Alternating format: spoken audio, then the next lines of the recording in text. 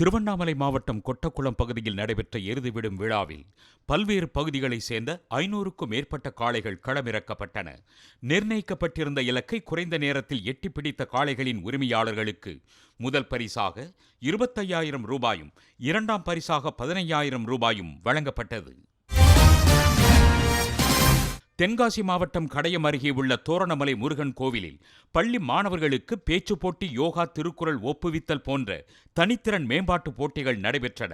மாணவர்கள் ஆன்மீகத்துடன் அறிவு சார்ந்தவற்றையும் கற்றுணரும் வகையில் நடைபெற்ற இந்த போட்டி பெற்றோர்களிடையே வரவேற்பை பெற்றுள்ளது. ஆன்மீகம் மட்டும் இல்லாமல் அவங்களுடைய இங்கே வரக்கூடிய மக்களுடைய குழந்தைங்களுக்கு அறிவு சார்ந்த செயல்களையும் செயல்படுத்தணுன்றதுக்காக திருக்குறள் ஒப்புவித்தல் போட்டி, பாட்டு போட்டி, கட்டுரை போட்டி, அப்புறம் இந்த டிராயிங்கு, இந்த மாதிரி போட்டிகளும் ஒரு 10 வருஷம் நடந்துகிட்ருக்கு. இதில் என்ன நீங்கள் யோகாவும் எடுக்கணும். ஏன்னா வெறும் ஆன்மீகம் மட்டுமே இந்த குழந்தைங்களுக்கு முக்கியம் இல்லை, அவங்களுக்கு அறிவு சார்ந்த விஷயங்களையும் மேம்படுத்தணுன்றதுக்காக யோகாவையும் எடுக்க சொன்னாங்க. ஸோ நான் இப்போ ஒரு 4-5 வாரமாக இவங்க கூட சேர்ந்து நான் யோகா கிளாஸஸ் இப்போ கண்டக்ட் பண்ணிகிட்ருக்கிறேன் இங்கே இருக்கிற குழந்தைங்களுக்கு. தஞ்சாவூர் மாவட்டம் அரித்வாரமங்கலத்தில் உள்ள முத்துமாரியம்மன் கோவில் பங்குனி பெருவிழாவையொட்டி நூற்றுக்கணக்கான பக்தர்கள் பால்குடம் சுமந்து வந்தும் குழந்தைகளை தொட்டிலில் தூக்கி வந்தும் நேர்த்திக் கடனை செலுத்தினர்.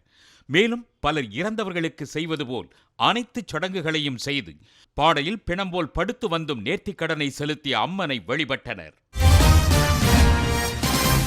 தேனியில் மனிதநேயம் காப்பகம் சார்பில் யோகாசனத்தில் உலக சாதனை படைக்கும் நிகழ்ச்சி நடைபெற்றது. இதில் காப்பகத்தை சேர்ந்த 37 குழந்தைகள் 1 மணி நேரத்தில் 35 யோகாவை 36 முறை செய்து காட்டி சாதனை படைத்தனர். நிகழ்ச்சியின் முடிவில் சாதனை படைத்த குழந்தைகளுக்கு பாராட்டு தெரிவிக்கப்பட்டது. கிருஷ்ணகிரி மாவட்டம் பட்டவாரப்பள்ளியைச் சேர்ந்த பிரகாஷ் காமாட்சி தம்பதியரின் 16 வயது மகள் கடந்த வெள்ளிக்கிழமை அங்குள்ள ஏரியில் இருந்து காயங்களுடன் சடலமாக மீட்கப்பட்டார். இந்நிலையில் பள்ளிப்பருவ காதலை கைவிட மறுத்ததால் மகளை தாய், தந்தை மற்றும் சித்தி இணைந்து அடித்து கொலை செய்து ஏரியில் தூக்கி வீசியது காவல்துறையினரின் விசாரணையில் தெரிய வந்ததை அடுத்து மூவரும் கைது செய்யப்பட்டுள்ளனர். ராமேஸ்வரம் அருகே உள்ள எம்ஆர் சத்திரம் கடற்கரையில் இருந்து தனுஷ்கோடி அரிச்சல்முனை கடற்பகுதி வரை மீனவர்கள் விரித்திருந்த வலையில் 50 கிலோ எடை கொண்ட அரிய வகை சித்தாமை சிக்கியது. வலையிலிருந்து பத்திரமாக ஆமையை பிரித்தெடுத்த மீனவர்கள் அதனை மீண்டும் கடலுக்குள் விட்டனர். மதுரையில் முதன்முறையாக தனியார் உணவகம் ஒன்றில் சீன உணவு வகைகளை கொண்ட டிராகன் உணவு திருவிழா தொடங்கியுள்ளது.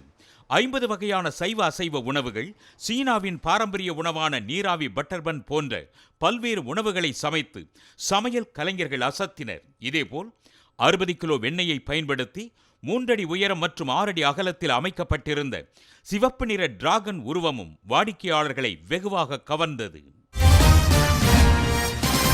கோடை வெயிலின் தாக்கம் நாளுக்கு நாள் அதிகரித்து வரும் நிலையில் மேட்டூர் அணைக்கான நீர்வரத்து 610 கன அடியில் இருந்து 158 கன அடியாக சரிந்துள்ளது. குடிநீர் தேவைக்காக வினாடிக்கு 1000 கன அடி தண்ணீர் வெளியேற்றப்பட்டு வரும் நிலையில் அணையின் நீர்மட்டம் 61.81 அடியாக உள்ளது. கோவை எட்டிமடை பகுதியில் உள்ள தனியார் பல்கலைக்கழகத்தில் உள்ள விடுதியில் தங்கி படிக்கும் மாணவர்களுக்கு கடந்த 1 வாரமாக கழிவுநீர் கலந்த குடிநீர் வழங்கப்பட்டதாக தெரிகிறது. இதுகுறித்து புகார் அளித்தும் எந்த நடவடிக்கையும் எடுக்கப்படாததால் ஆத்திரமடைந்த மாணவர்கள் கல்லூரி பொருட்களை சேதப்படுத்தி போராட்டத்தில் ஈடுபட்டதால் பரபரப்பு ஏற்பட்டது.